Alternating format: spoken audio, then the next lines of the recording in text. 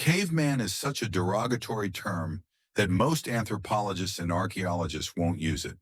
We think of knuckle-dragging brutes, hairless gorillas with clubs, maybe wearing loincloths if they're lucky. Maybe they beat their chests and grunt, living in caves and eating raw meat. It's a caricature, a distortion, and a damn funny joke to say someone's behavior is so primitive, it's like a caveman. But people from the Paleolithic period, which includes the Stone Age and lasted from 2.6 million to around 12,000 years ago, are our ancestors.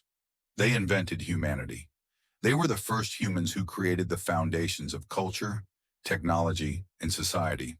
They were us. We think of the Paleolithic as a time of endless hunting and gathering, fighting tooth and nail to survive. But a new series of studies tells a surprising story of more balance and sophistication than we've given them credit for. Researchers have looked at wear patterns on teeth, animals, bones, and stone tools. They've analyzed chemical isotopes in animal bones, plant pollen, and soil samples, and they've peered into prehistoric stomachs, literally, to find out what cavemen ate. The big picture is this. Our distant relatives had a deeper relationship with their environment. They were less brutish and more sophisticated than we think, and their daily lives, while certainly hard, were filled with more diversity and complexity than the image of the brainless brute suggests. So let's spend a day in the life of a member of the species Homo sapiens during the Paleolithic period. As dawn breaks over an untamed landscape, a group of early humans steps out from the mouth of a limestone cave. This isn't the beginning of chaos, it's the start of a rhythm. Some rekindle the embers from the night before, others scan the horizon, gather water, check tools. Their day has already begun, not with violence or confusion, but with quiet purpose. When we talk about cavemen, we often imagine caricatures, hunched figures, dragging clubs and grunting through life. But the Paleolithic era, stretching from 2.6 million to 12,000 years ago, represents over 99% of human history. No farms, no cities, no writing. And yet, it was a time of deep innovation. Fire, tools, language, art, community, all began here. Our ancestors were not clueless wanderers. They were keen observers, problem solvers, and adapters of their world. Daily life was dictated by the sun and the seasons. These people didn't work by clocks, but by light, hunger, and instinct. Mornings were for immediate needs, tending the fire, finding food, fixing tools. There was no rigid division of labor. Men hunted, women gathered, but roles shifted based on necessity. In some groups, women hunted small game. In others, men collected plants. The goal wasn't tradition, it was survival. Let's take a closer look at those tasks because our caveman might be a lot better at them than you'd expect. Take tool making, for example. The stereotypical caveman carries a big, heavy club, probably made from a mammoth bone. But the earliest humans experimented with many materials, sharpened rocks, broken animal bones, and antlers. They used every edge and surface for different jobs, and they carried a whole toolkit, not just one big club. They selected the right tool for the task. They chipped away at stones to make sharp edges and keep them sharp. By carefully striking stones together at the right angle, they could snap off pieces and shape them. They also ground down coconuts into bowls and scrapers. Making a tool wasn't just brute strength. It was understanding the properties of materials and how to manipulate them. It was almost like engineering, but with stones and sticks. And let's talk about eating. Remember that stereotypical caveman diet of meat, meat, and more meat? Well, evidence shows something very different. People from the Paleolithic period ate a wide variety of plants, including berries, nuts, seeds, bulbs, and leaves. They tracked when plants grew, where they grew, and how to harvest them. They knew which parts were edible and which weren't. They gathered wild grains and cracked them open to get at the seeds inside. They crushed plants to extract oils and used those oils for cooking and medicine. They understood the power of plants and used them not only for food, but also as medicines. They ate well and they took care of themselves. All right, enough context. Let's go back to our day in the life.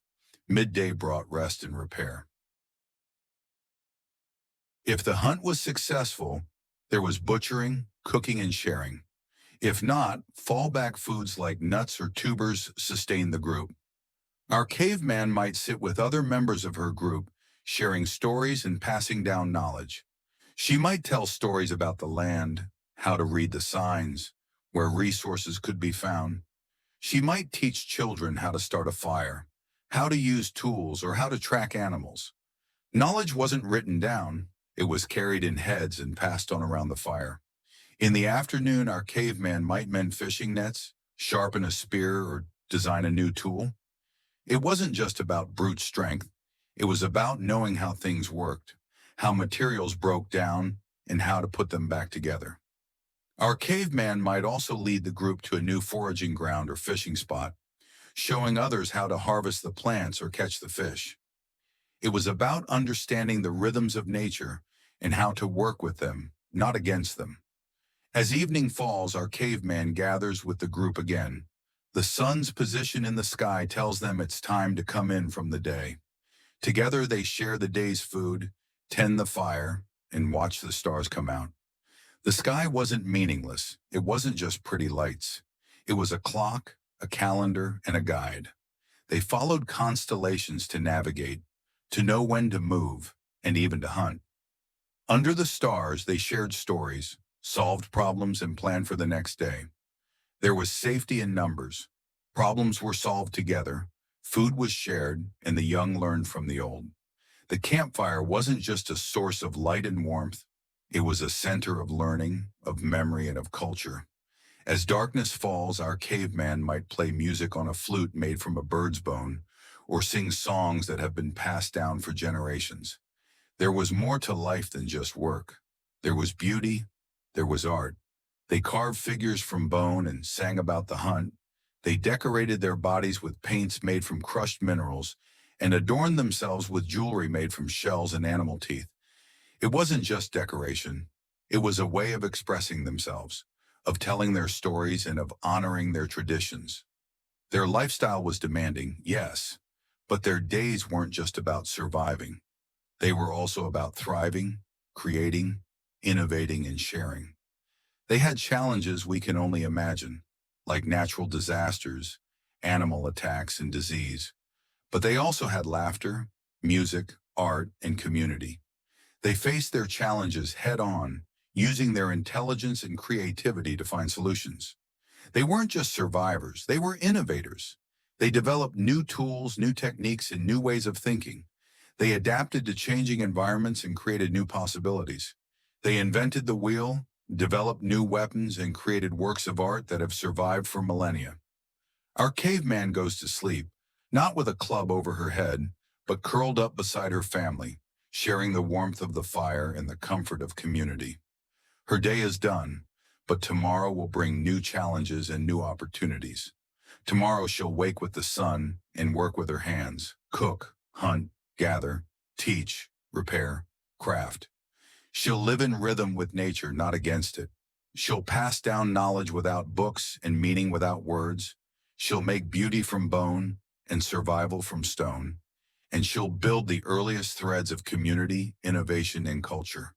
Long before we give it a name, she won't do any of it alone. Her partner will be by her side, sharing tasks and responsibilities.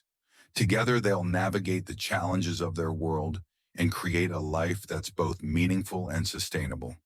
They'll be our ancestors, the foundation of our species, the creators of humanity. They won't be primitive, they'll be the first humans, and that's what cavemen really did all day. Hey there, thanks for joining me on this journey through time. What surprised you the most about daily life in the Paleolithic period?